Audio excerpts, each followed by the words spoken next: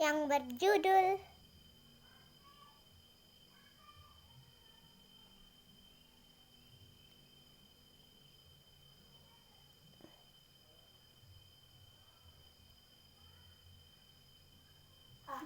Batu Mangkem.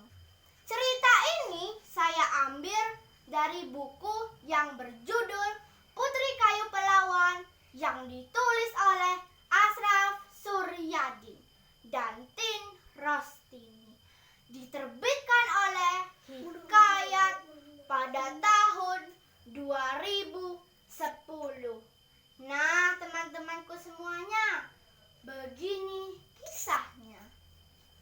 Di desa Nibung yang berdekatan dengan hutan, hiduplah seorang janda yang memiliki 2 orang anak. Yang sulung laki-laki, sedangkan yang bungsu perempuan. Usia keduanya menjelang remaja. Suami janda tersebut telah meninggal cukup lama. Karena itulah dirinya harus bekerja keras setiap hari untuk memenuhi kebutuhan hidupnya. Kebetulan saat itu musim hujan. Seperti biasanya, musim hujan selalu dinantikan oleh penduduk desa Nibung. Karena pada saat musim hujan inilah di hutan banyak tumbuh jamur yang enak dimakan dan laku dijual. Hari itu janda dan kedua anaknya pergi ke kebun sahang.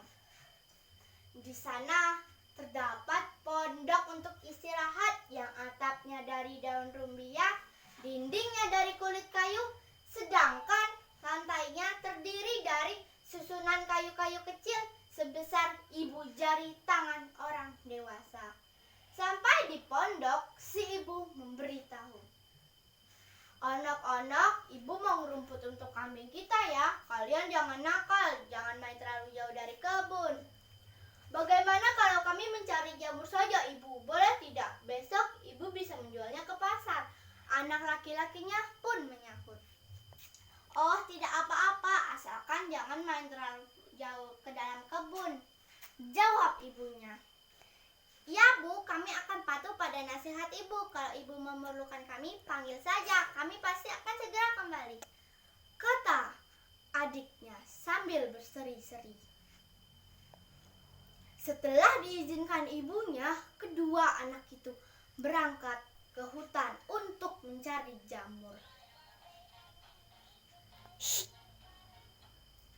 Tetapi saking asiknya memetik jamur, keduanya tidak menyadari bahwa perjalanannya makin jauh masuk ke dalam hutan. Sampai di hutan, tetapi ternyata setelah lepas tengah hari, keduanya belum juga pulang. Di kebun sahang ibunya mulai gelisah. Maka daripada menunggu, ia pun menyusul masuk ke dalam hutan. Sampai di hutan, ia memanggil-manggil, "Nak, kalian di mana? Cepat pulang, hari sudah siang." Mendengar teriakan itu, si adik mengingatkan abangnya, "Bang, itu suara ibu, kita disuruh pulang." Tetapi abangnya tidak peduli. "Nanti saja kita pulang, kalau sudah penuh keranjangnya baru kita pulang," kata abangnya. Saat itu terdengar teriakan ibunya memanggil kembali, "Anak-anak, cepat pulang, hari sudah siang." Mendengar teriakan itu kembali, adiknya mengingatkan, "Bang, itu suara ibu, kita disuruh pulang, nanti kita dimarahin." Tetapi abangnya tidak peduli dan menjawab dengan ketus, "Nanti saja kita pulang, kita mencari jamur ini untuk membantu ibu, bukan?" kata abangnya.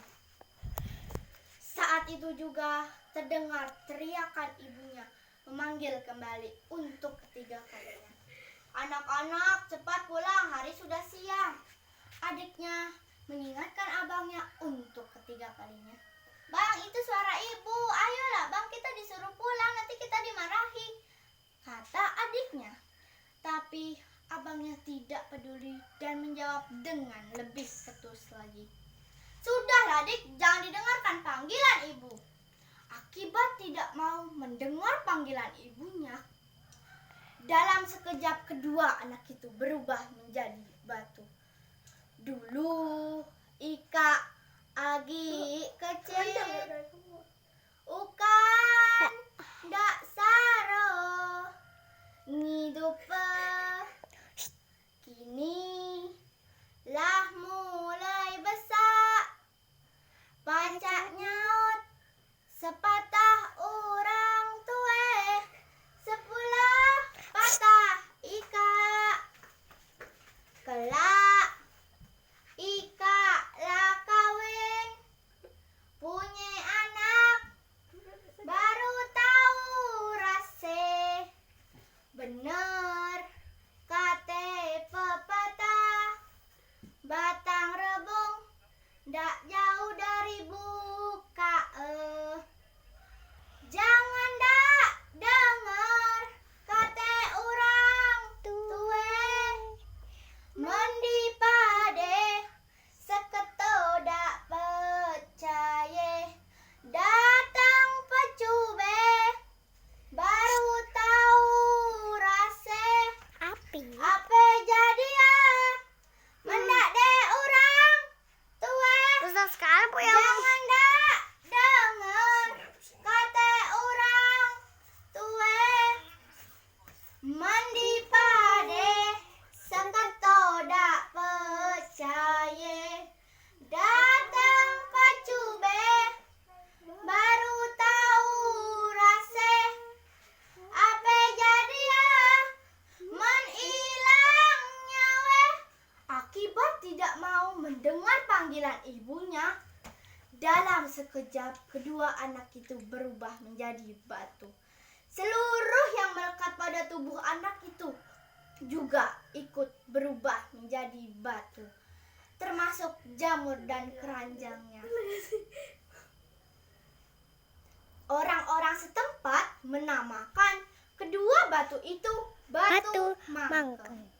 Di sana terdapat kepercayaan turun-temurun di kalangan pencari jamur. Menjelang sore, mereka sudah berbondong-bondong pulang, takut kena marah orang tuanya, seperti kisah batu mangkeng. Dihentikan pekerjaan mencari jamur ini juga memberi kesempatan pada jamur untuk tumbuh lebih banyak dan lebih besar lagi. Nah teman-teman, seru kan ceritanya? Seru. Teman-teman, hikmah yang bisa kita ambil dari cerita yang sudah saya sampaikan adalah kalau jadi anak jangan keras kepala dan mendengar nasihat orang tua. Dan untuk orang tua, jika anak masih kecil, jangan disuruh bekerja. Lebih baik disuruh bersekolah dulu. Serta orang tua harus mengatakan hal-hal yang baik dan memaafkan kesalahan anak-anaknya. Teman-teman, sekian dulu ya dari saya. Mohon maaf jika